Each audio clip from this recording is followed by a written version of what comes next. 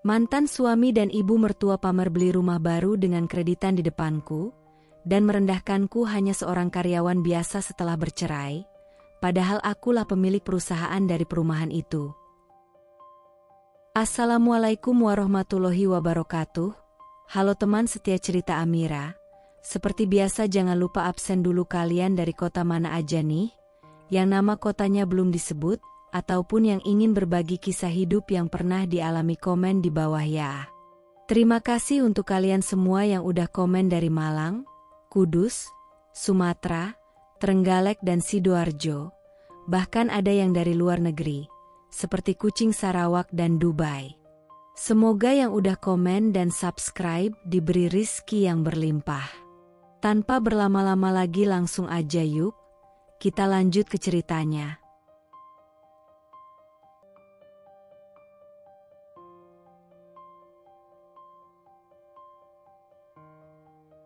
Sudah 2 tahun aku mencoba melupakan semuanya. Pernikahan yang gagal, pengkhianatan yang membekas, dan luka-luka yang tak pernah benar-benar sembuh meski waktu terus berjalan. 2 tahun bukan waktu yang singkat, tapi juga bukan cukup panjang untuk membuatku benar-benar kebal saat bayang-bayang masa lalu kembali menampakkan diri.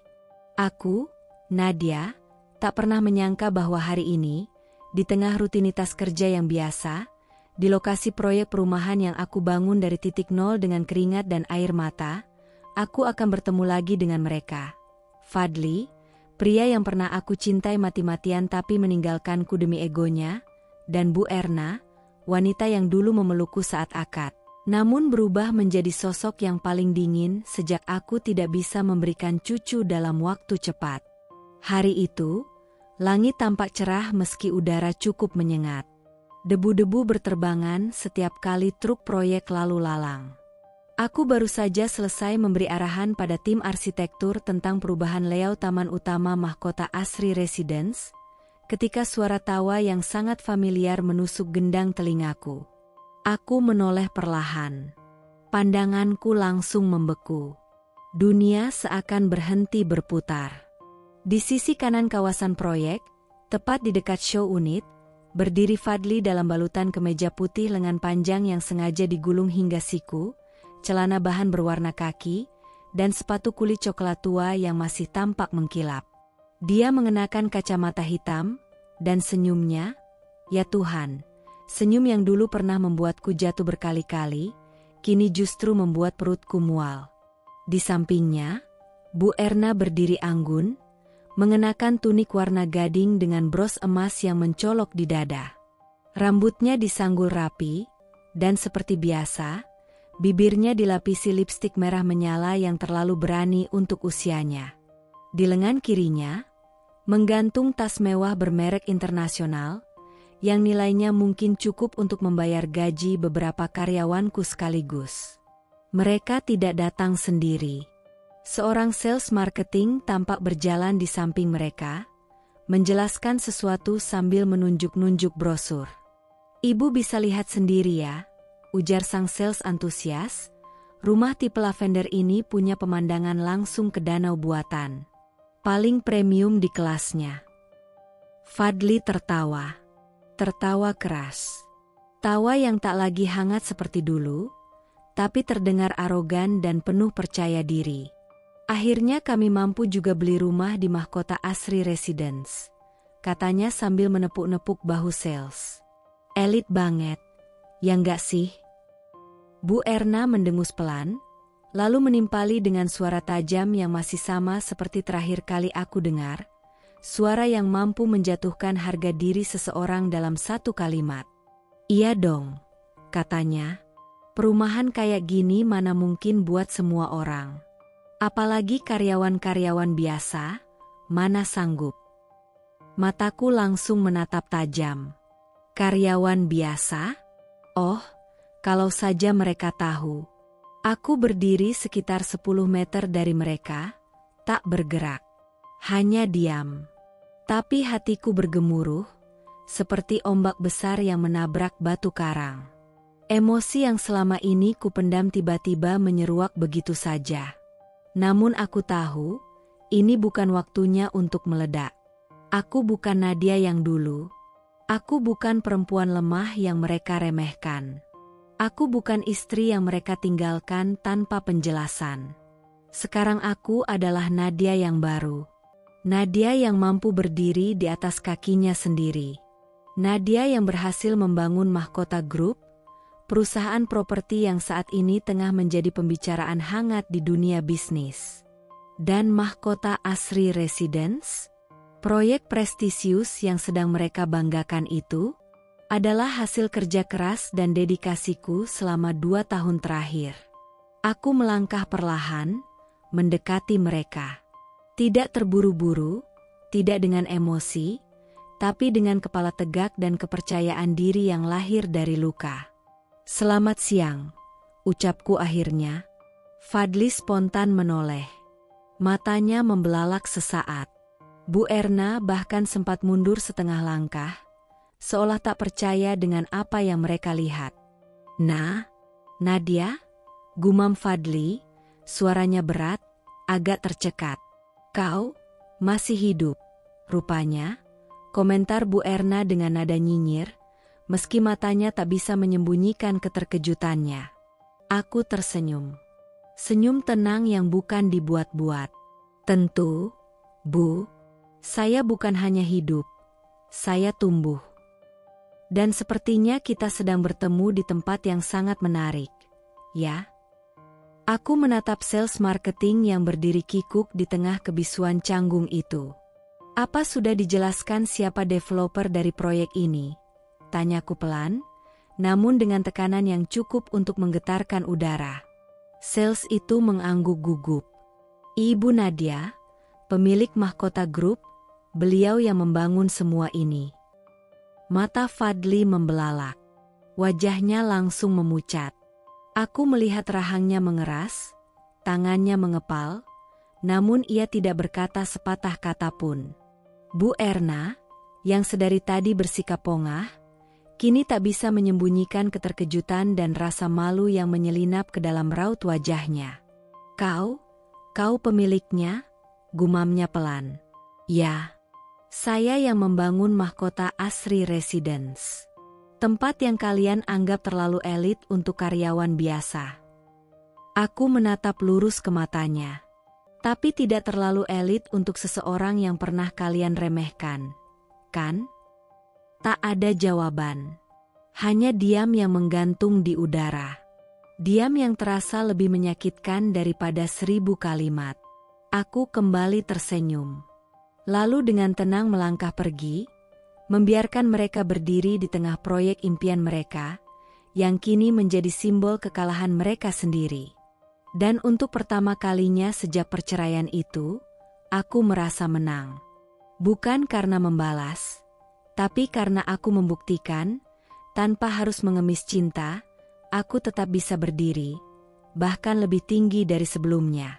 Beberapa hari setelah pertemuan pertama yang mengejutkan itu, aku kembali ke lokasi proyek Mahkota Asri Residence untuk meninjau progres pembangunan klaster premium. Siang itu, kami mengadakan open house kecil-kecilan untuk calon pembeli VIP. Media lokal, beberapa rekan pengusaha properti, dan pihak bank hadir. Semua berjalan lancar, hingga suara tawa yang sangat kukenal kembali menyusup, memecah suasana yang semula profesional dan nyaman. Fadli dan Bu Erna datang lagi. Entah bagaimana mereka selalu muncul di waktu yang tepat, atau mungkin sengaja. Bedanya, kali ini mereka datang tidak hanya berdua. Ada 2 orang wanita yang tampak seperti teman Bu Erna, dan seorang pria setengah baya yang disebut Fadli sebagai rekan bisnis barunya. Saat mereka masuk ke lobi marketing galeri, semua mata sempat menoleh. Penampilan mereka mencolok. Fadli mengenakan jas tipis dengan kacamata hitam yang sengaja digantungkan di dada. Bu Erna tampil glamor seperti biasanya. Kali ini bahkan lebih mencolok dengan kalung mutiara besar dan parfum mahal yang menyengat tajam dari jarak 2 meter. Aku sedang berdiri di dekat salah satu sales marketing, Mira, menjelaskan konsep rumah pintar yang akan diterapkan pada beberapa unit unggulan. Mira sempat melirik gugup saat melihat siapa yang datang. Aku langsung menepuk pelan tangannya dan memberi isyarat dengan mata. Tenang. Diam saja. Bu Erna melenggang mendekat. Tawa kecilnya terdengar ringan, tapi nadanya menggigit. Matanya langsung mengarah padaku, seolah mencari kesempatan untuk menusuk. Nadia, kamu di sini juga ya? Katanya dengan nada manis yang terlalu dibuat-buat. Wah, cocok banget kamu kerja di sini. Marketing ya sekarang? Aku hanya tersenyum tipis. Belum sempat menjawab, Fadli langsung menimpali sambil tertawa pelan. Tapi jangan-jangan, kamu belum punya rumah sendiri, ya? Tanyanya sambil mengedarkan pandangan ke tamu-tamu lain. Masih ngontrak, Nadia? Mereka tertawa. Tawa kecil yang menyakitkan dan memalukan. Beberapa tamu mulai melirik ke arah kami. Mira menunduk gugup. Aku bisa melihat ia ingin mengatakan sesuatu, tapi aku kembali menggeleng pelan, memintanya untuk tidak mencampuri. Bu Erna menepuk pundak temannya sambil menuding ke arahku, seolah sedang memperkenalkan badut sirkus. Ini mantu saya dulu, katanya sambil nyengir. Tapi udah mantan. Sih, waktu masih sama anak saya, dia sering banget ngeluh soal uang kontrakan naik. Hihi, ya maklum, gaji pas-pasan, gaya nggak boleh kalah. Tertawa. Lagi-lagi tertawa. Fadli menambahkan, sekarang ikut marketing, pasti tahu harga-harga rumah di sini ya? Tapi, tahu aja nggak cukup, bisa beli nggak? Aku tetap berdiri di tempat. Tidak bergeming, meskipun dalam hati, setiap kata mereka seperti cambuk yang menampar harga diriku di depan umum. Tapi aku tidak akan jatuh. Tidak di depan mereka. Tidak setelah semua yang sudah aku bangun. Aku melangkah maju satu langkah, berdiri tepat di hadapan mereka. Tatapanku tajam, senyumku tenang. Aku tidak membalas dengan kemarahan, tapi dengan elegansi yang membuat ruangan perlahan menjadi senyap. Saya memang tahu harga rumah di sini, Pak Fadli, Bu Erna, kataku tenang. Karena saya yang menentukannya. Mereka terdiam. Dan saya memang berada di sini bukan sebagai marketing, tapi sebagai direktur utama Mahkota Group. Perusahaan yang membangun seluruh kawasan Mahkota Asri ini. Jadi, kalau saya mau rumah, saya tinggal pilih. Tawa mereka terhenti seketika. Bu Erna menegang, wajahnya berubah pucat. Fadli menunduk sekilas, lalu berusaha memaksakan senyum. Beberapa tamu mulai berbisik-bisik. Salah satu pengusaha properti yang tadi sempat berbicara denganku bahkan mendekat dan memberi tepuk ringan di bahuku, tanda hormat. Situasi berubah dalam sekejap. Wah, jadi ini Ibu Nadia yang dimaksud sebagai owner mahkota? Katanya dengan suara keras. Hebat sekali Ibu, proyek ini memang luar biasa. Aku hanya tersenyum dan mengangguk. Bu Erna mencoba menertawakan situasi, meskipun suaranya terdengar kaku. Hei, kami bercanda aja kok. Nadia, kan, kita udah kayak keluarga dulu, ya? Aku menatapnya, kali ini dengan tajam. Ibu tidak perlu pura-pura. Dulu ibu tak pernah menganggap saya keluarga, ucapku tenang. Tapi hari ini, saya bersyukur karena perceraian itu adalah pintu menuju kebebasan saya untuk menjadi lebih dari sekadar istri dari anak ibu. Aku lalu menoleh ke Mira, sales yang sejak tadi diam di sampingku. Mira, tolong bantu Pak Fadli dan Bu Erna kalau mereka ingin memilih unit. Pastikan diskonnya sesuai harga publik. Karena di sini, kita profesional. Lalu aku berjalan pergi, meninggalkan mereka dengan kepala tegak. Dan di dalam hatiku, aku tahu, balas dendam terbaik memang bukan kemarahan, tapi pencapaian. Dan hari ini, aku menang. Dengan cara yang paling elegan. Kadang, luka yang sudah lama terkubur bisa tiba-tiba terbuka kembali, tanpa aba-aba, tanpa peringatan. Hanya karena satu tatapan, satu kata, satu tawa sinis dari masa lalu.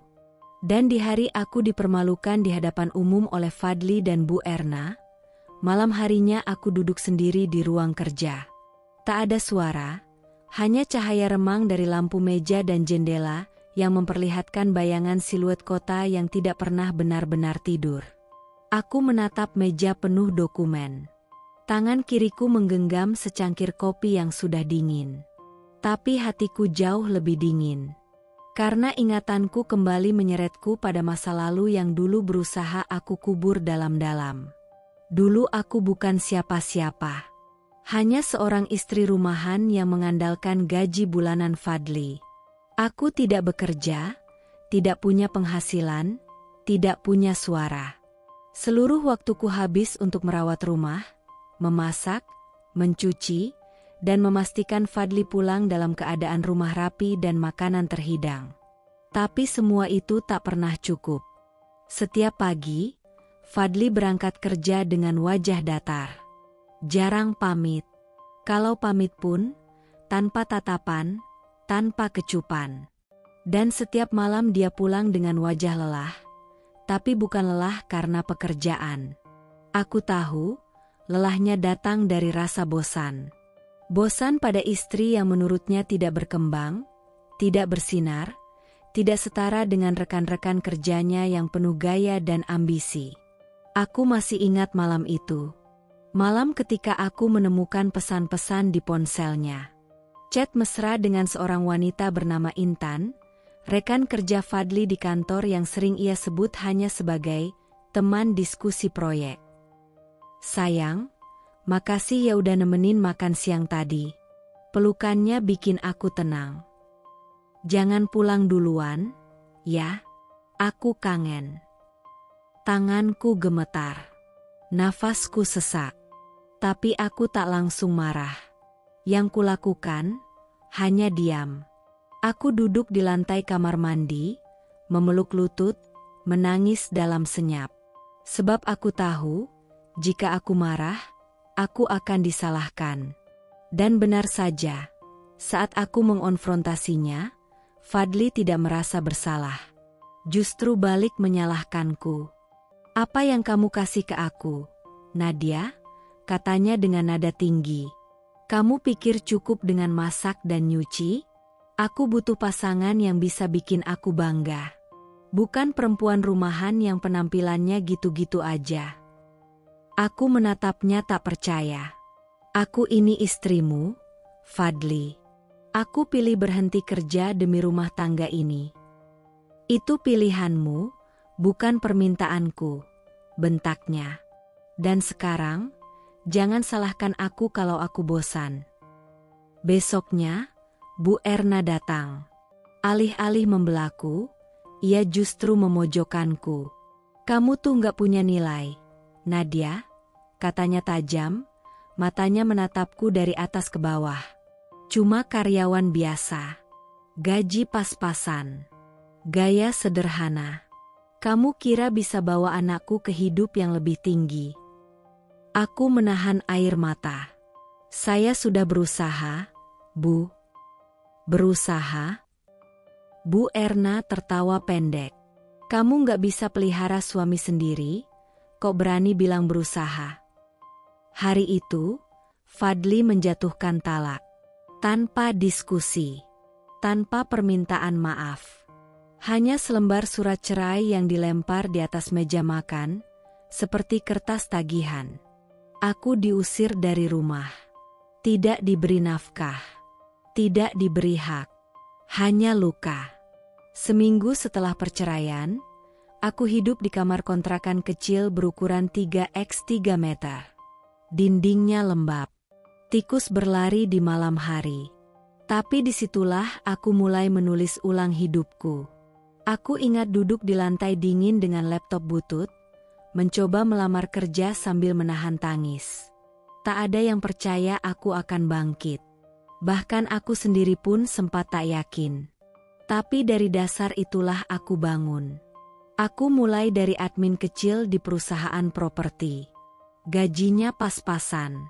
Tapi aku belajar tentang struktur bangunan, tentang investasi lahan, tentang peta kota, tentang rencana tata ruang wilayah. Aku mencatat semuanya. Malam-malam kulalui tanpa tidur, hanya ditemani kopi instan dan impian yang dulu hanya berani kupeluk dalam diam. Dan dari sana, dari luka, dari hinaan, dari pengkhianatan, aku mulai berdiri. Setiap cacian dari Bu Erna, setiap pengkhianatan Fadli, menjadi bahan bakar yang menguatkan langkahku. Hingga kini, 2 tahun setelah semuanya, aku berdiri sebagai CEO Mahkota Group. Aku tidak hanya punya rumah. Aku punya perumahan. Aku tidak hanya bisa memelihara diri, aku membuktikan bahwa aku mampu memelihara mimpi dan mengubahnya jadi kenyataan. Dan saat aku menatap cermin malam itu, aku tersenyum pada bayanganku sendiri. Kau sudah cukup menangis, Nadia, bisikku pada diri sendiri. Sekarang saatnya mereka yang akan menunduk. Bukan karena dendam, tapi karena kau pantas berdiri lebih tinggi dari siapapun yang pernah menjatuhkanmu. Hidup tidak pernah benar-benar memberiku kemewahan untuk bersantai, apalagi setelah perceraian itu. Aku kehilangan segalanya, status, rumah, kenyamanan, bahkan harga diri. Tapi anehnya, justru di titik terendah itu, aku menemukan sesuatu yang jauh lebih berharga, keberanian. Di kamar kontrakan sempit berlampu redup, aku duduk bersandar di dinding retak dengan laptop tua di pangkuanku. Layarnya sudah buram, kipasnya berisik, tapi dari sanalah aku mulai menyusun rencana hidup yang baru. Bukan rencana untuk balas dendam, bukan pula untuk membuktikan apa-apa kepada siapapun, tapi semata-mata untuk menyelamatkan diriku sendiri dari kehancuran yang pernah mereka tinggalkan. Aku mulai mencari pekerjaan apapun yang bisa kutemukan. Tanpa pengalaman kerja selama bertahun-tahun, tak ada perusahaan besar yang melirik. Tapi aku tidak menyerah. Hingga akhirnya, sebuah perusahaan properti menengah membuka lowongan untuk posisi staf admin proyek. Posisi paling dasar. Gaji tidak besar. Tugasnya pun monoton. Memeriksa dokumen, mencatat pengeluaran proyek, merapikan arsip tender. Tapi bagiku, itu adalah gerbang pertama. Setiap hari aku berangkat subuh, naik angkutan umum, sampai kantor sebelum jam kerja dimulai. Bukan karena rajin semata, tapi karena aku butuh waktu ekstra untuk belajar diam-diam dari tumpukan dokumen yang tidak banyak orang pedulikan. Aku mencatat segalanya. Setiap istilah bangunan, setiap denah rumah, setiap perhitungan RAB, semuanya kutulis ulang di buku catatan kecil yang selalu kusembunyikan di balik laci.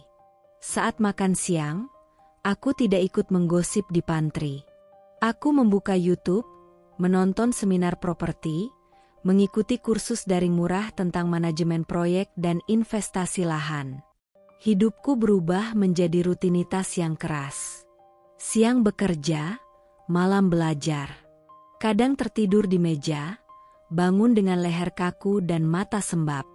Tapi aku tidak mengeluh. Karena aku tahu, tak ada yang akan menyelamatkanku selain diriku sendiri. Dari gaji kecil itu, aku menyisihkan sedikit demi sedikit. Aku tidak beli baju baru, tidak nongkrong, tidak liburan. Aku tabung semuanya. Butuh 2 tahun untuk mengumpulkan cukup modal agar bisa membeli satu bidang tanah kecil di pinggiran kota, yang bahkan belum memiliki akses jalan memadai. Banyak orang bilang aku bodoh. Ngapain beli tanah di situ, Nat? Kata salah satu rekan kerja. Gersang, jauh, dan belum ada pengembang yang masuk. Nggak ada masa depan. Tapi aku percaya pada hasil belajarku. Aku percaya pada data. Pada rencana tata ruang yang diam-diam kupelajari dari dinas terkait. Kawasan itu mungkin terlihat sepi sekarang, tapi akan menjadi jalan utama dalam 3 tahun ke depan. Dan keyakinan itulah yang menjadi awal dari segalanya. Dengan nekat dan tabungan pas-pasan, aku mendirikan perusahaan kecil yang kutamai Nafa Land Development. Nama yang aku pilih dari gabungan namaku sendiri, Nadia, dan kata Ava, yang berarti suara harapan. Modalnya minim. Izin sulit. Kredit ditolak 2 kali. Tapi aku tetap jalan. Kuajak 2 teman dari kantor lamaku yang juga ingin berkembang. Kami bangun kantor mungil di rumah kontrakan, menyusun brosur sendiri, bahkan menawarkan rumah sambil door to door. Hari pertama launching proyek pertama kami, tak satu pun unit terjual. Aku pulang dengan mata sembab, tapi esoknya aku kembali berdiri. Menyusun ulang strategi, memperbaiki brosur, belajar promosi digital. Sedikit demi sedikit, satu demi satu, unit terjual. Rezeki mulai datang, perlahan tapi pasti. Tahun pertama, aku bangun 3 unit rumah kecil.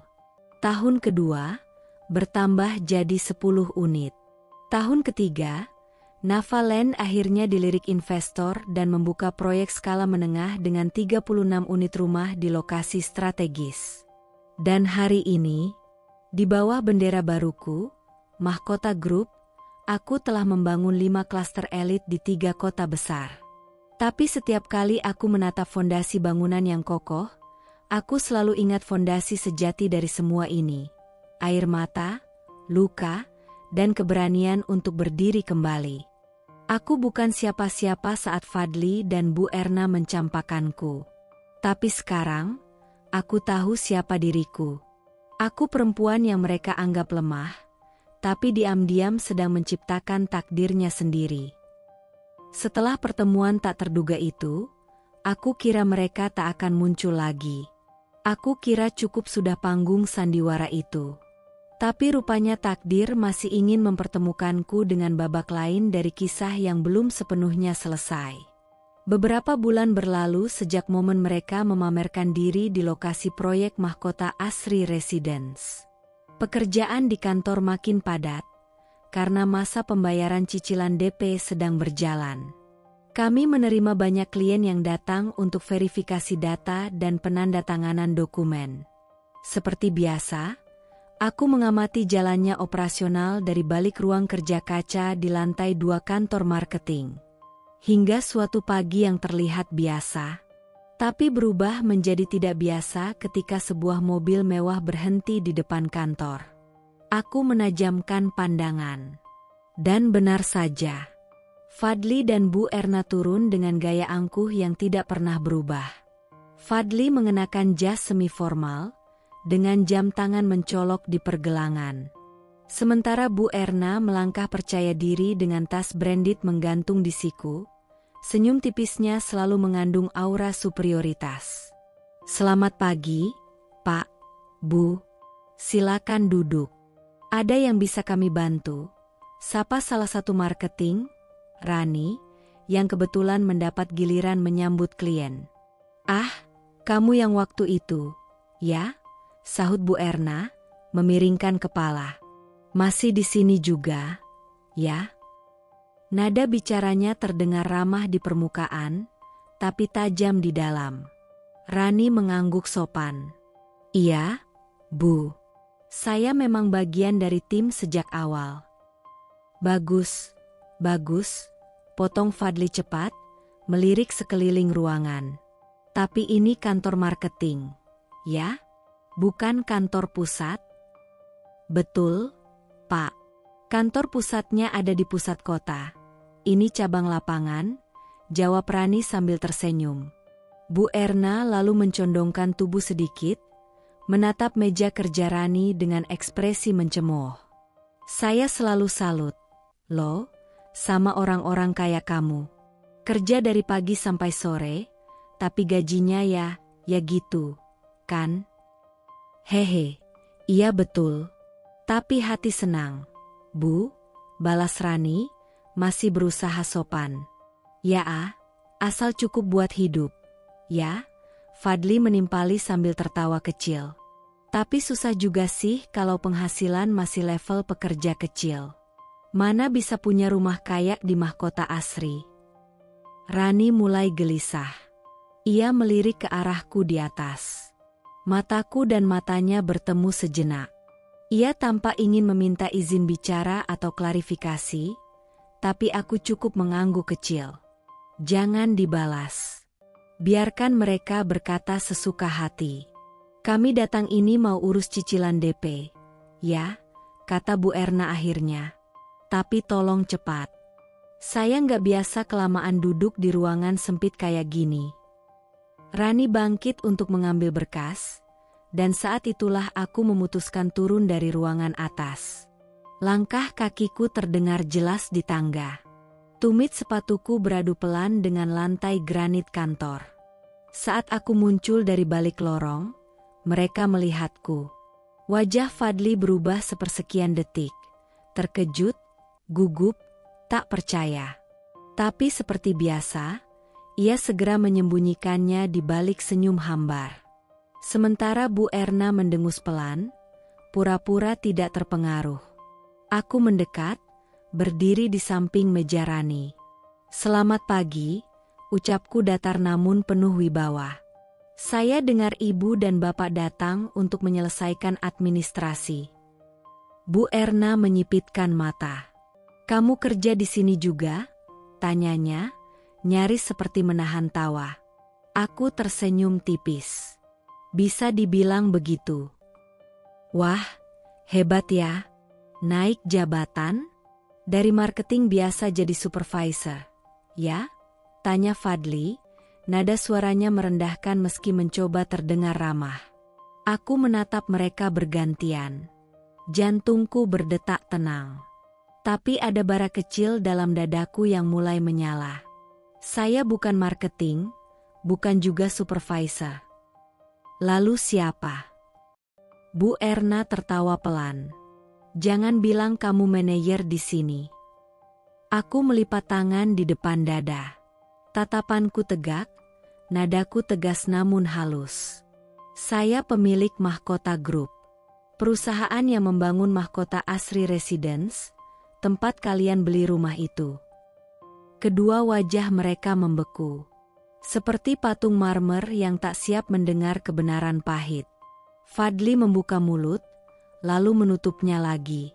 Bu Erna mematung beberapa detik, sebelum akhirnya tertawa hambar. Ah, kamu bercanda, ya? Mana mungkin. Silakan cek di balik brosur. Atau lihat di website resmi. Nama saya ada di situ, Nadia Ardianti, CEO Mahkota Group. Rani, yang berdiri di sampingku, menunduk dengan senyum puas yang sulit disembunyikan. Aku mengambil map yang dipegang Rani dan menyerahkannya pada Fadli. Silakan tanda tangani di halaman ketiga, Pak. Dan, terima kasih sudah percaya membeli rumah dari perusahaan saya. Semoga betah. Tanpa menunggu jawaban, aku berbalik. Langkahku pelan namun pasti. Tak perlu lagi berteriak, tak perlu membalas dengan caci. Cukup fakta dan keberhasilan yang bicara. Dan saat aku menaiki anak tangga kembali ke ruanganku, aku tahu. Hari itu, untuk pertama kalinya, mereka benar-benar menunduk. Ruangan akad itu sejuk, dindingnya putih bersih, berhiaskan figura minimalis bertuliskan visi dan misi Mahkota Group. Aroma kopi dan parfum kayu lembut memenuhi udara. Di meja oval dari kayu jati, berkas-berkas sudah tertata rapi, menunggu ditandatangani.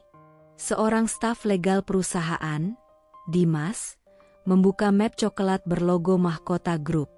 Ia duduk berhadapan langsung dengan Fadli dan Bu Erna yang tampak masih menyisakan sisa keangkuhan dalam ekspresinya. Namun kali ini, ada gurat penasaran juga di mata mereka. Mungkin karena pertemuan sebelumnya, yang cukup menampar ego mereka, masih membekas samar. Baik, Bapak dan Ibu. Ini lembar perjanjian akad kepemilikan unit B12 di Mahkota Asri Residence. Kami minta Bapak dan Ibu membaca dengan teliti sebelum menandatangani, kata Dimas sopan. Fadli meraih berkas itu, membukanya cepat, seperti ingin segera selesai. Namun saat matanya menelusuri bagian atas halaman pertama, langkah jemarinya mendadak berhenti. Ia mengerutkan kening. Tatapannya menegang. Loh, ini nama siapa? Gumamnya, pelan. Bu Erna yang duduk di sampingnya ikut mencondongkan tubuh, membaca bagian yang dimaksud anaknya. Mahkota Group. Pemilik dan penanggung jawab. Nadia Alifah Putri, SC, MM. Komisaris Utama dan CEO. Seketika, udara terasa berubah. Keheningan mengambang seperti kabut tipis yang menyesakkan. Bu Erna menggenggam ujung map, matanya membelalak. Apa? Nadia? Alifah? Putri? Suara Bu Erna meninggi, nyaris bergetar. Fadli mematung. Wajahnya mendadak pucat. Seolah darahnya mundur perlahan dari permukaan kulit. Ia membaca ulang nama itu, seolah berharap ada kesalahan cetak. Tapi tidak ada. Itu nama lengkap mantan istrinya. Nama yang selama ini ia remehkan, ia singkirkan, dan ia lupakan dengan sengaja. Ini mantan kamu, Fadli? Bisik Bu Erna dengan nada tercampur syok dan kemarahan tertahan. Fadli tak langsung menjawab. Mulutnya terbuka, tapi tak ada suara keluar. Ia memalingkan wajah, menatap jendela kantor yang mengarah ke taman kecil di luar. Di sana, tanaman bougainville sedang bermekaran, warnanya ungu terang, kontras dengan rona wajahnya yang kini semakin pucat. Nggak mungkin. Dia? CEO? Gumamnya, lirih, nyaris seperti bicara pada dirinya sendiri. Dimas yang menyadari ketegangan di hadapannya, berusaha menjaga profesionalisme. Maaf, ada yang salah. Bu? Pak? Bu Erna tersentak, buru-buru menarik napas panjang. Tidak apa-apa. Kami hanya kaget saja. Ini, Nadia yang dimaksud, dia benar-benar pemilik Mahkota Group. Iya, Bu. Beliau pendiri sekaligus komisaris utama dan CEO kami. Semua pengembangan properti Mahkota Group ada di bawah pengawasan langsung beliau. Fadli menggeleng perlahan, kepalanya tertunduk. Dulu, dia cuma ibu rumah tangga, katanya seperti bicara ke masa lalu. Yang bahkan aku hina, aku remehkan. Bu Erna menatap anaknya. Matanya masih menyisakan kebingungan, ketakutan, dan, untuk pertama kalinya, rasa malu. Kita pernah usir dia, tanpa apa-apa, Fadli. Kita bilang dia nggak punya masa depan. Tapi lihat sekarang, desis Fadli lirih, suaranya nyaris tenggelam. Dia jauh lebih tinggi dari kita. Dimas hanya diam. Ia tahu momen ini terlalu pribadi, terlalu menyakitkan. Ia bangkit dari duduknya, berkata pelan, "Silakan ditandatangani setelah Bapak dan Ibu siap. Saya beri waktu sebentar." Lalu ia pergi meninggalkan ruangan, memberi ruang bagi dua sosok itu, untuk menelan kepahitan yang mereka tanam sendiri di masa lalu. Sementara di ruang kerjaku, aku melihat semuanya lewat layar monitor CCTV kecil di sudut meja. Aku menyaksikan bagaimana nama itu, namaku, akhirnya menjadi suara yang mengguncang ego mereka. Bukan dengan teriakan, tapi dengan bukti. Dan saat itu, aku tak bisa menahan senyum kecil yang terbit dengan perasaan lega bercampur getir. Ruang akad itu sudah sunyi, tapi batin mereka belum tenang. Wajah Fadli dan Bu Erna masih memancarkan keterkejutan yang belum reda. Sekalipun berkas telah ditandatangani, Dan cicilan pertama sudah tercatat dalam sistem, ada yang lebih berat mereka telan daripada angka dalam lembar perjanjian, kebenaran tentang siapa aku sekarang. Namun, seperti biasa, manusia yang terluka harga dirinya akan berusaha mencari pegangan. Dan pegangan mereka adalah penyangkalan. Hari itu, setelah akad selesai dan staf legal kembali ke tempatnya, aku sedang berdiri di dekat lobi. Tak berniat menyapa mereka, hanya ingin memastikan semuanya berjalan profesional. Namun aku mendengar dengan jelas potongan percakapan mereka ketika berjalan menuju resepsionis. Nggak logis, desis Bu Erna pelan namun jelas. Pasti ada orang lain di balik ini semua. Nadia itu paling cuma dipinjam namanya.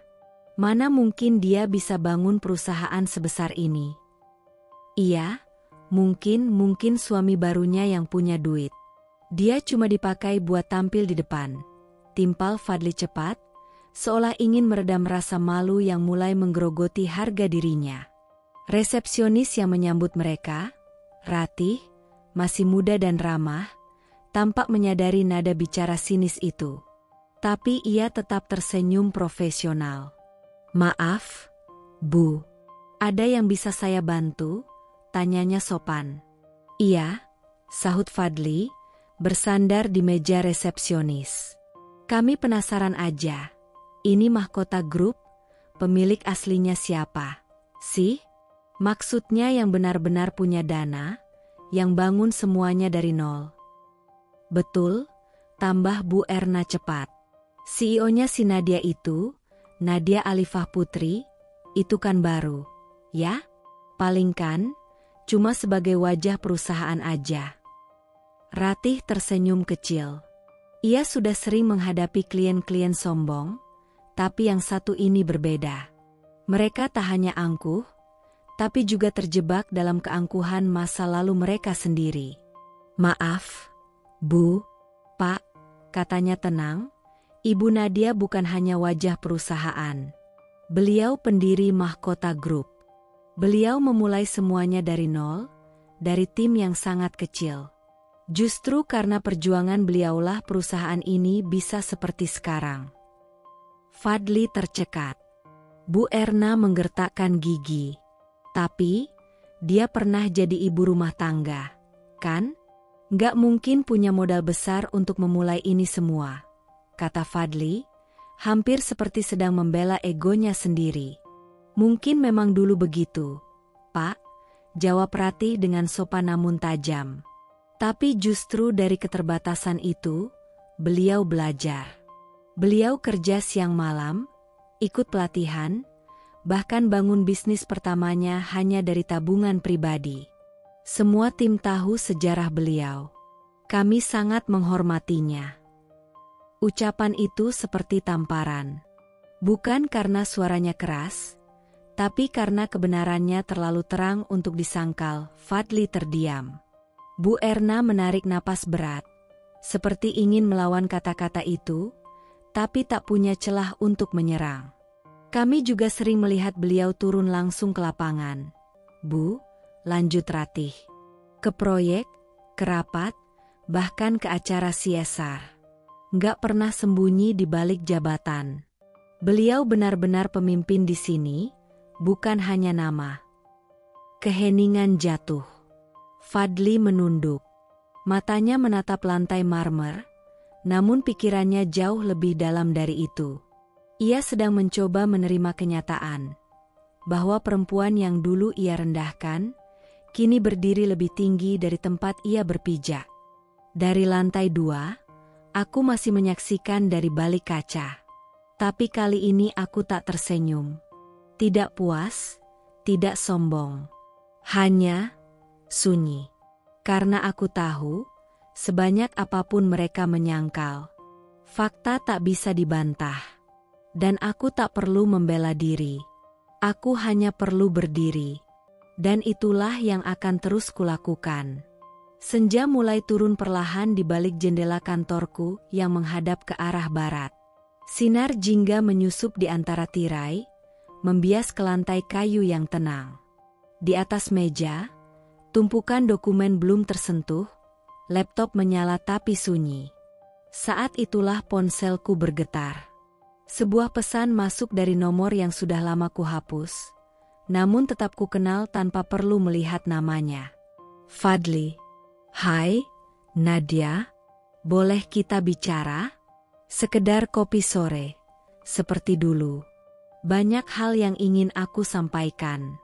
Aku tahu ini tiba-tiba, tapi aku nggak bisa diam lagi. Aku rindu, dan aku menyesal. Aku terpaku. Jemariku tak bergerak. Sejenak dunia terasa diam. Ada sesuatu di dalam dadaku yang berdesir, bukan karena rasa yang masih tertinggal, tapi karena luka lama yang tiba-tiba dibuka kembali dengan kata-kata manis yang terlambat. Lalu pesan berikutnya masuk. Fadli, dulu aku terlalu bodoh, terlalu buta sama egoku. Kamu adalah perempuan terbaik yang pernah hadir dalam hidupku. Maaf, aku ingin memperbaiki semuanya, kalau kamu masih membuka sedikit ruang. Aku menutup ponselku. Tidak membalas. Tidak juga menghapus pesan itu. Aku hanya menatap keluar jendela, mencoba meredam letupan emosi yang datang silih berganti. Beberapa hari setelah itu, kabar aneh mulai beredar di antara karyawan dan rekan bisnis. Bu Nadia makin luar biasa ya. Elegan, cerdas, dan tetap rendah hati, kata salah satu kontraktor saat rapat koordinasi. Aku menoleh pelan. Bu Erna loh yang bilang, katanya mantan menantunya itu sekarang jadi inspirasi. Dia cerita kemana-mana, bangga banget, kata yang lain, tertawa kecil. Aku hanya tersenyum samar. Lucu, pikirku. Dulu aku disebut tak berharga, tak pantas jadi istri anaknya. Sekarang, aku dijadikan bahan pujian untuk membungkus rasa malu mereka. Malam harinya, pesan kembali masuk. Fadli, kamu masih ingat nggak? Tempat kita dulu makan mie ayam di pinggir taman itu? Aku lewat tadi sore, dan langsung ingat kamu. Rasanya pengen balik ke masa-masa itu, yang sederhana, yang jujur. Kita sempat bahagia, kan? Hatiku bergeming. Ya, kami pernah bahagia. Tapi itu sebelum ia memilih menghancurkannya. Dan aku bukan lagi perempuan yang bisa dibuai oleh nostalgia. Beberapa hari kemudian, aku menghadiri gala dinner proyek ekspansi Mahkota Group. Banyak tokoh properti, investor, bahkan pejabat daerah hadir. Di tengah riuh ucapan selamat dan tepuk tangan, aku menangkap siluet yang tak asing di pojok ruangan. Fadli. Berdiri diam, mengenakan jas sederhana, tak seperti biasanya. Matanya mencari aku, lalu ia melihatku. Ia tersenyum pelan, berharap. Tapi aku hanya menatap balik, sebentar, lalu membuang wajahku. Dan berbicara dengan tamu penting di sampingku, seolah tak pernah mengenalnya. Di balik semua usaha rayuan dan nostalgia yang ia kirimkan, aku tahu satu hal pasti. Aku bukan Nadia yang dulu bisa disakiti lalu diseruput kembali. Aku bukan perempuan yang bisa didatangi saat kau butuh, dan ditinggalkan saat kau sombong. Dan malam itu, dalam balutan gaun hitam elegan, di tengah cahaya lampu kristal dan sorotan kamera, aku berdiri di atas panggung dengan mikrofon di tangan. Lalu aku bicara. Terima kasih untuk semua yang hadir malam ini. Tapi terima kasih paling dalam ingin saya ucapkan kepada masa lalu. Karena dari sanalah saya belajar, bahwa ketika kau dijatuhkan, kau hanya punya dua pilihan, tenggelam, atau bangkit lebih tinggi hingga mereka yang menjatuhkan tak lagi bisa menyentuhmu. Sorak tepuk tangan membahana. Tapi di ujung ruangan, satu pria menunduk dalam diam. Dan aku tahu, tanpa perlu menoleh, itu adalah dia. Aku memutuskan untuk bermain dalam diam. Setelah pesan-pesan manis Fadli yang terus masuk, dan pujian-pujian palsu Bu Erna yang bertebaran dari mulut ke mulut, aku tahu. Mereka tidak berubah. Mereka hanya sedang lapar. Lapar akan validasi, akan keuntungan, dan mungkin akan kesempatan kedua yang kini mereka sesali telah mereka buang dulu. Maka aku menyusun skenario kecil. Bukan untuk membalas, tapi untuk mengungkap siapa mereka sebenarnya. Aku menghubungi Fadli lewat pesan. Nadia, aku pikir-pikir, mungkin kita memang butuh bicara mengenai masa lalu, dan mungkin masa depan. Aku undang makan malam besok malam. Di The Alvareta Sky Lounge, jam 7. Tempatnya tenang, cocok untuk bicara panjang. Tak butuh 5 menit, balasan datang. Fadli, serius? Ya Tuhan, Nadia, aku nggak nyangka. Terima kasih. Aku akan datang. Malam itu datang. Restoran tempat kami janjian berada di lantai 35, menghadap kota yang bersinar bak gugusan bintang. Interiornya mewah, marmer, lampu gantung kristal, alunan musik klasik mengisi udara. Semua yang hadir tampak mengenakan pakaian terbaik mereka. Aku tiba lebih dulu, mengenakan gaun satin warna emerald yang membalut tubuhku dengan anggun. Riasan lembut, aroma parfum mahal, dan tatapan penuh kendali. Tak lama, Fadli dan Bu Erna datang. Fadli dengan jas abu-abu yang tampaknya baru. Bu Erna dengan skarf motif mencolok, mencoba terlihat kelas atas. Nadia. Fadli menarik kursi dan mendekat, matanya berbinar. Kamu, cantik sekali malam ini. Terima kasih, jawabku ringan, seolah pujian itu angin lalu. Kami duduk. Pelayan menyuguhkan wine dan menu terbaik. Bu Erna tersenyum ramah yang dibuat-buat. Kamu memang pantas di tempat seperti ini, Nat. Tapi kami jujur. Kaget banget bisa diajak makan di restoran seperti ini, katanya dengan tawa kecil. Oh, tanyaku, menatapnya. Kenapa? Ya, dulu kamu kan, ya kamu tahu sendirilah. Nggak pernah suka tempat beginian. Tapi lihat sekarang, sudah bisa masuk ke kalangan elit, ujar Bu Erna, menyisipkan kalimat merendahkan di balik pujian. Aku hanya tersenyum. Belum saatnya bicara. Ini restoran milik siapa? Sih? Tanya Fadli, melihat sekeliling. Keren banget desainnya. Elegan, modern, arsiteknya pasti mahal banget. Aku menoleh pada mereka. Restoran ini, aku salah satu pemegang saham utamanya. Dan yang desain, kebetulan dia akan datang malam ini juga. Aku ingin mengenalkan kalian.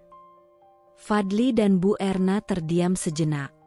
Oh, keren, gumam Fadli, nadanya mulai berubah. Pasti hebat banget orangnya. Beberapa menit kemudian, Arka datang. Tegap, elegan, mengenakan setelan hitam. Tatapannya tajam namun ramah. Ia berjalan ke arah kami, lalu mencium punggung tanganku dengan hormat. Sorry, macet, katanya lirih padaku. Kalian nunggu lama? Baru sebentar, jawabku, lalu menoleh ke Fadli dan Bu Erna. Kenalkan, ini Arka, calon suamiku. Keduanya tertegun. Sejenak, keheningan mencekam merayap di atas meja berlapis linen putih itu. Arka? Bu Erna mengerutkan kening. Kamu, bukan yang dulu sering bantu Nadia gambar proyek kecil-kecilan? Yang kerja dari kafe ke kafe? Arsitek freelance itu? Arka tersenyum tenang. Iya, Bu. Dulu saya begitu. Sekarang saya memimpin firm arsitektur yang menangani 14 proyek properti skala nasional. Beberapa dengan Mahkota Group. Jadi, perjalanan panjang, ya? Fadli nyaris tak bisa menelan ludahnya. Bu Erna kehilangan warna di pipinya. Kalian dulu, kami pikir. Nggak akan kemana-mana, aku melanjutkan dengan nada lembut. Iya, saya juga ingat. Waktu itu kalian pernah bilang, hidup kalian berdua cuma akan muter di seputar dapur dan denah rumah. Tapi siapa sangka, ya? Arka menggenggam tanganku di atas meja, mantap dan penuh percaya diri. Aku selalu percaya sama Nadia. Bahkan waktu semua orang gak percaya dia bisa. Malam itu, mereka makan dengan tangan gemetar. Setiap sendok sup terasa seperti menelan ego sendiri. Dan aku duduk dengan tenang. Tidak tertawa, tidak menang. Karena malam ini bukan untuk menyombongkan diri, tapi untuk menunjukkan siapa sebenarnya yang layak dihormati. Setelah malam makan malam yang penuh ketegangan itu, cerita tak berhenti sampai di sana. Beberapa hari kemudian, aku mendengar kabar dari staf yang selalu berbaik hati. Bu Erna tampak berkali-kali mengunjungi beberapa acara sosial di mana Arka juga hadir. Namun bukan untuk sekadar bersosialisasi biasa. Di sebuah lounge mewah, aroma parfum mahal bercampur dengan gemuruh bisik-bisik tamu undangan yang sibuk berinteraksi.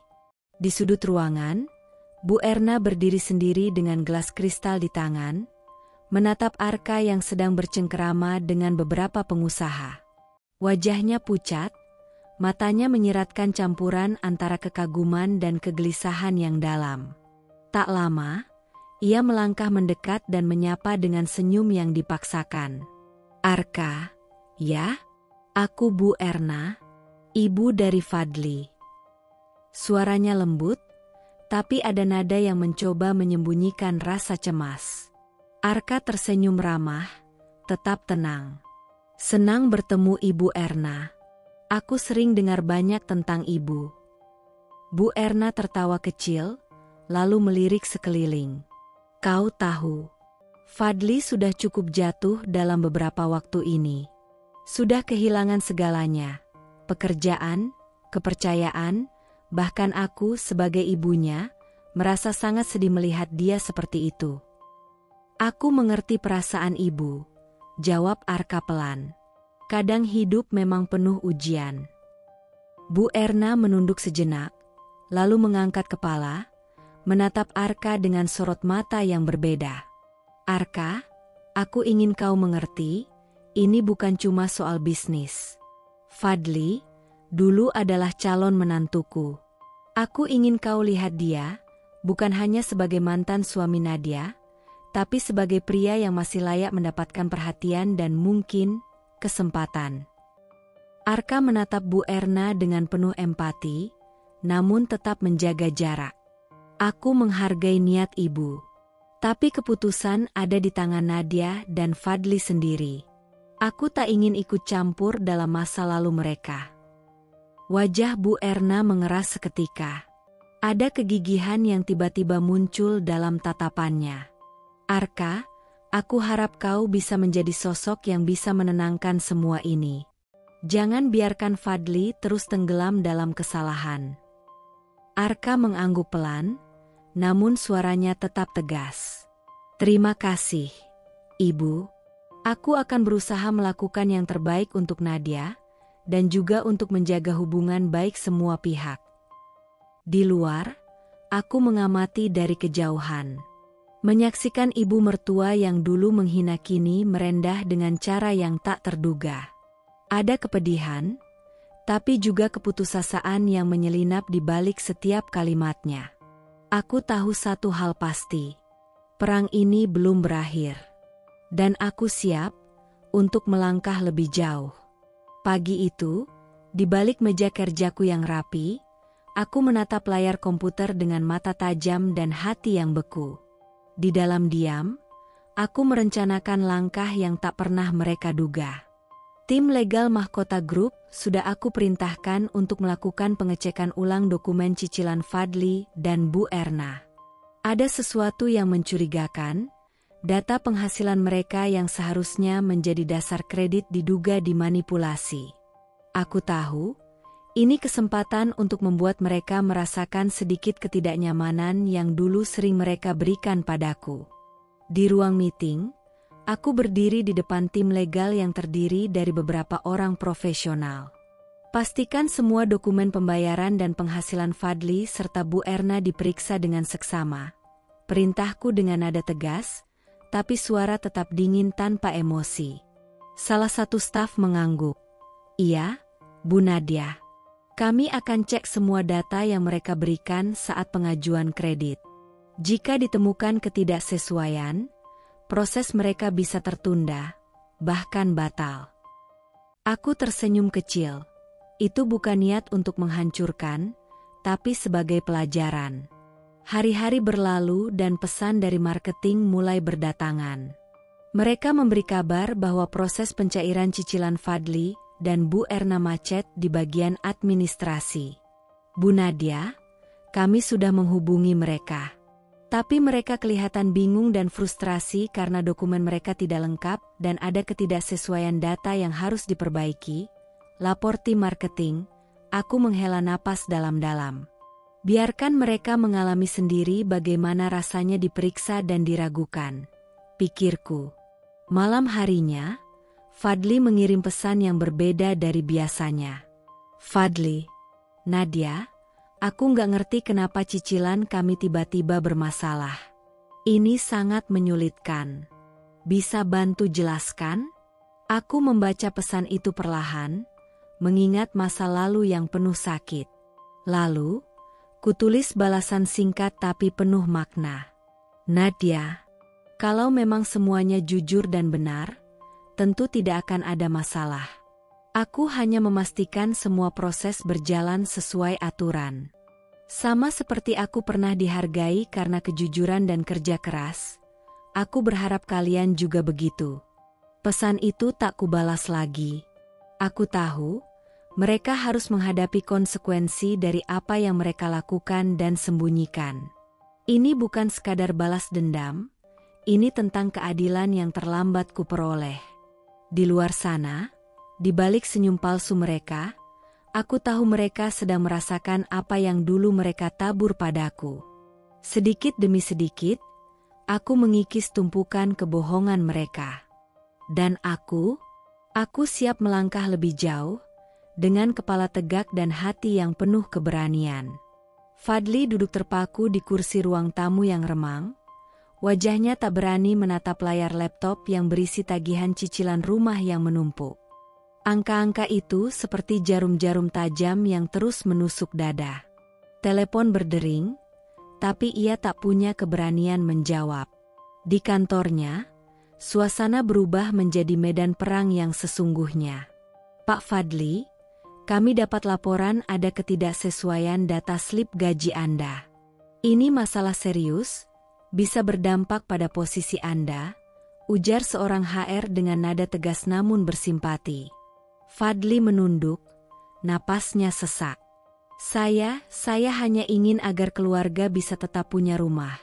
Suaranya bergetar, penuh penyesalan. Maaf, Pak, kami harus mengikuti prosedur. Jika ditemukan pemalsuan, kami tidak bisa melindungi Anda, kata HR itu sambil menyerahkan surat peringatan.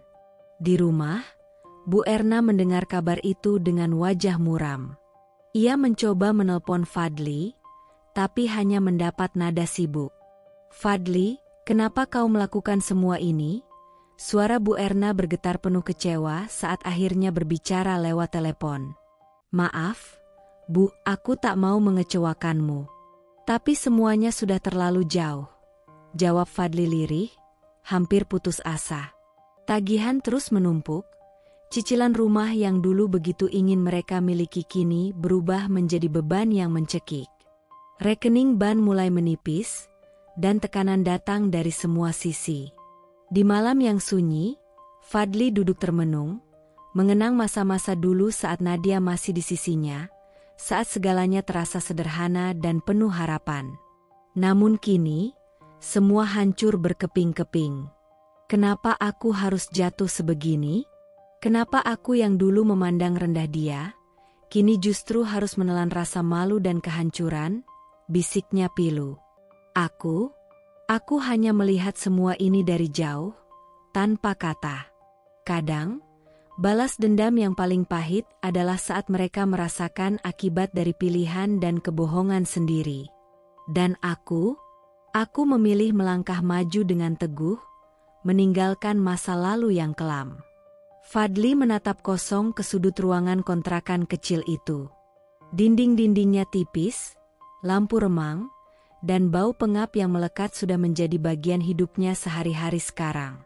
Sebuah tempat jauh dari kemewahan yang dulu pernah ia impikan, Mahkota Asri Residence, perumahan elit yang nyaris ia miliki, kini hanya tinggal mimpi yang hancur berkeping-keping.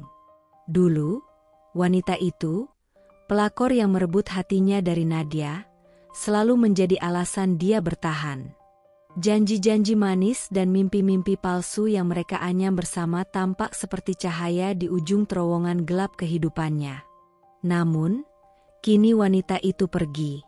Pergi meninggalkannya saat semua kegagalan dan hutang menumpuk, saat semua yang mereka punya tinggal debu. Sebuah pesan singkat masuk ke ponselnya. "Maaf, Fadli. Aku nggak kuat lagi. Aku butuh hidup yang lebih stabil." Tanpa kata, Fadli menutup ponselnya dan menunduk. Air mata yang lama tertahan akhirnya jatuh perlahan di pipinya. Ia kembali ke rumah kontrakan yang dimiliki oleh ibunya, tempat yang dulu terasa menyedihkan tapi kini adalah satu-satunya pelabuhan yang tersisa. Bu Erna menatap anaknya dengan campuran rasa iba dan kesal. "Fadli, kamu harus bangkit. Jangan biarkan perempuan itu menghancurkanmu," ujar Bu Erna, suara penuh teguran tapi ada juga ketulusan di baliknya. "Aku sudah mencoba, Bu. Tapi semuanya terlalu berat," jawab Fadli dengan suara parau. Di luar jendela, terlihat jelas perumahan elit Mahkota Asri Residence yang gemerlap, hanya beberapa langkah dari kontrakan sempit mereka. Ironi itu menusuk hati Fadli lebih dalam dari apapun. "Aku mendengar cerita itu dari orang-orang sekitar. Meski sedih melihat kejatuhannya, aku tak lagi punya ruang untuk mengasihani. Ini akibat pilihanmu sendiri," bisikku dalam hati. Dan aku terus berjalan maju, meninggalkan bayang-bayang masa lalu yang menghantui mereka. Bu Erna, yang dulu selalu berlagak angkuh dan pamer status sosialnya, kini mulai merasakan dinginnya dunia yang dulu ia genggam erat. Di sebuah acara sosial bergengsi, ia berdiri di tengah kerumunan, mencoba menarik perhatian dengan cerita tentang rumah mewah yang katanya miliknya, sebuah rumah di perumahan elit Mahkota Asri Residence. "Kalian tahu, aku ini tinggal di salah satu rumah paling eksklusif di sini. Developernya teman lama," katanya dengan nada penuh kebanggaan. Namun bisik-bisik mulai terdengar di sekeliling. Beberapa wanita sosialitas saling bertukar pandang curiga, lalu satu persatu mulai meninggalkan Bu Erna dengan alasan yang tak jelas. Tak lama kemudian, sebuah pesan tersebar di grup asosiasi warga. "Peringatan, Bu Erna telah menyebarkan informasi palsu tentang kepemilikan rumah di Mahkota Asri. Harap waspada terhadap klaim-klaim yang tidak benar." Di sebuah pertemuan asosiasi, Bu Erna berdiri dengan wajah memerah, mencoba membela diri. "Saya hanya ingin berbagi kebahagiaan, tidak bermaksud menipu siapapun." Suaranya bergetar, tapi tak banyak yang percaya. Ketua asosiasi menatapnya dingin. "Tindakan menyebar hoaks dan mengaku-aku kepemilikan properti developer adalah pelanggaran serius, Bu Erna. Kami menerima laporan resmi dan akan menindaklanjuti sesuai aturan." Isolasi sosial mulai terasa. Undangan ke acara-acara mewah berkurang drastis. Teman-teman lama yang dulu sering bersama, kini menjauh, merasa kecewa dan malu dengan kelakuannya. Di rumah, Bu Erna termenung sendiri. Semua kebanggaan yang dulu ia bangun runtuh dalam sekejap. "Ini karma," gumamnya pelan, air mata menetes di pipi. Sementara itu, Aku mendengar kabar itu dengan tenang. Bu Erna telah memilih jalannya sendiri. Kadang, dunia punya cara sendiri untuk membayar segala kesombongan dan kebohongan, pikirku. Aku melangkah maju, tanpa dendam tapi penuh keyakinan akan keadilan. Hari itu, langit cerah seolah ikut merayakan momen penting dalam hidupku. Di halaman luas perumahan Mahkota Asri, tenda megah berdiri megah, dihiasi bunga segar dan spanduk bertuliskan, pembukaan klaster baru Mahkota Asri Residence. Aku melangkah di atas karpet merah dengan kepala tegak dan senyum yang memancarkan kebanggaan. Para tamu undangan dari berbagai kalangan, pebisnis, wartawan, bahkan tokoh masyarakat, semua hadir menyaksikan kemegahan ini. Di tengah gemuruh tepuk tangan, pembawa acara memperkenalkan aku sebagai tamu kehormatan. Hadirin sekalian, izinkan saya memperkenalkan sosok inspiratif yang menjadi alasan kesuksesan Mahkota Group, Ibu Nadia Alifah Putri. Dari seorang istri yang terluka, kini menjadi pengusaha sukses yang membangun rumah bagi ribuan keluarga. Ketika wartawan mulai mengajukan pertanyaan, aku menjawab dengan suara yang tegas tapi hangat. Saya pernah mengalami masa-masa sulit, merasa diremehkan dan kehilangan. Tapi saya percaya, setiap luka adalah kesempatan untuk bangkit dan menjadi lebih kuat. Hari ini, saya ingin berbagi bahwa kegagalan bukan akhir dari segalanya. Kamera merekam setiap kata, sementara di layar televisi rumah kontrakan sempit, Fadli duduk terpaku. Matanya tak berkedip, menatap kisah yang dulu ia remehkan kini terpampang nyata di hadapannya. Fadli bergumam pelan, penuh penyesalan. Nadia, kau benar-benar telah berubah. Aku yang dulu meninggalkanmu, sekarang hanya bisa menonton dari jauh. Sementara aku berdiri di sana, disorot lampu dan perhatian semua orang, aku merasakan ketenangan yang dalam. Ini bukan hanya tentang bisnis atau kemenangan, tapi tentang harga diri yang kembali aku raih dengan susah payah. Pasar tradisional itu riuh oleh suara pedagang yang menawarkan dagangannya, aroma rempah dan sayur segar memenuhi udara. Aku berjalan di antara kerumunan, santai namun penuh kewaspadaan. Tiba-tiba, di sudut pasar yang sempit, aku melihat sosok yang tak asing, Fadli dan Bu Erna. Wajah mereka yang dulu penuh angkuh kini tampak letih, lesu, dan penuh keputusasaan. Fadli menatapku dengan mata memelas, suaranya serak. Nadia, tolong, aku dan ibu butuh pekerjaan. Kami benar-benar sedang susah. Bu Erna menambahkan dengan suara yang bergetar. Kami bersedia bekerja keras, apapun yang ibu minta. Aku menghela napas dalam, mencoba menahan emosi yang berkecamuk di dalam dada. Namun aku tahu, aku harus bersikap tegas demi harga diriku sendiri. Aku menatap mereka dengan tatapan dingin namun tetap elegan, berkata, "Maaf, aku hanya mempekerjakan orang yang dulu percaya padaku, bukan yang menghancurkanku." Mata mereka terpaku, tanpa kata, menerima kenyataan yang mereka sendiri ciptakan. Aku lalu membalikkan badan dan melangkah pergi, meninggalkan mereka di tengah keramaian pasar, dengan segala kesedihan dan penyesalan yang tak terucapkan. Hari itu, aku benar-benar merasa bebas. Bebas dari masa lalu yang menyakitkan, dan siap menatap masa depan yang penuh harapan. Langit senja menyelimuti taman kecil tempat aku dan Arka mengucapkan janji suci.